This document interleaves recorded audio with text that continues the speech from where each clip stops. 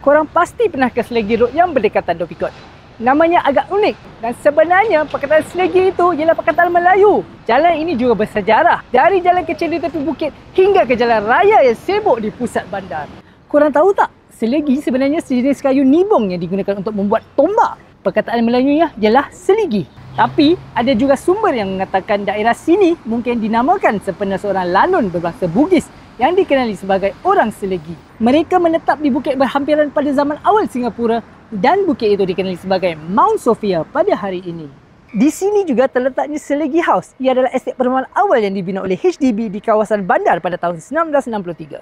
Pada tahun ia siap dibina, bangunan setinggi 60 meter dengan 20 tingkat ini merupakan bangunan mixed development tertinggi di Singapura yang menempatkan unit perumahan dan juga kedai-kedai komersial. Saya sangat suka old school vibes di sini.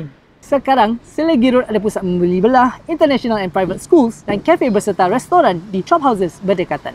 Setiap bangunan lama atau nama jalan itu ada ceritanya dan sejarahnya yang tersendiri. Menarik kan? Korang nak tahu estet perumahan lama yang lain di Singapura?